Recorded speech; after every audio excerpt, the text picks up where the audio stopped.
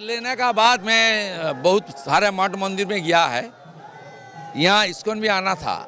जो श्रीला प्रभुपद जी ने पूरा वर्ल्ड को हरे कृष्ण मंत्र का साथ, गीता का वाणी, गीता का प्रचार प्रसार का साथ जो जागरण किया है, वो भी घर घर पहुँचने का काम हम लोग को करना पड़ेगा। इसलिए जो आशीर्वाद मिला प्रभु श्री चैतन्य देव का, श्रीला प्रभुपद का, वैष्णव समाज का, सनातनी का, वो आशीर्वाद लेते हुए मैं जिम्मेदारी लेने के बाद हर मठ मंदिर में हमारी प्रतिष्ठित जो गीता का प्रचार करता है, जो नाम हट्टो है, सबका साथ में दर्शन किया। यहाँ भी आया आज आकर मैं मेरा जो सेवा का मौका मिला না, ये तो माता है हमारा।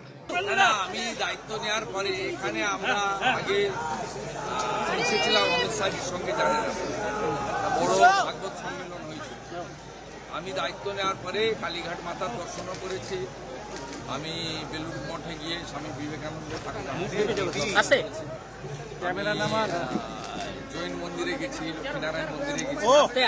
আমার ইস্কনে আসার একটা ইয়ে ছিল, আমি দায়িত্ব নিয়েছি।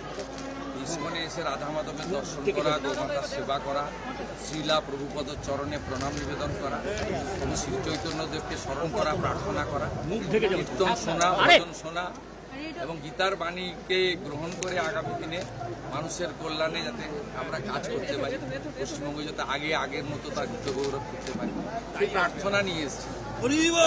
আমার অন্তর এখানে আছে, আমি এখানে হৃদয়ের সঙ্গে এসেছি। আমি একজন সনাতনী, আমি ইস্কনের পরম ভক্ত।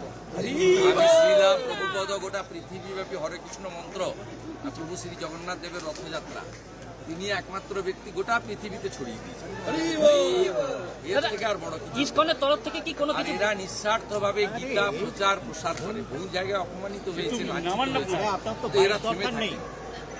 শ্রীলা প্রভুপদ ঠাকুরের মহাগুরুর যে আশীর্বাদ তাকে তিনি করেছেন। আর আমার সঙ্গে আমাদের অনেকগুলো নাম হট্টে আমি বছরে 3 বার রাধা মাধবের অভিষেক করি।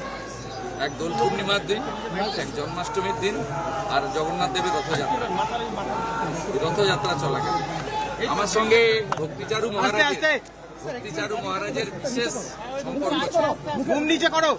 তিনি যখন মেদিনীপুরে যেতেন আমাকে ডেকে পাঠাতেন এবং একসঙ্গে আমরা প্রসাদ দিতাম। এটা আমার স্মৃতি আছে, আমি এখানে এসেছি, আমরা একসঙ্গে অনেক কাজ করবো।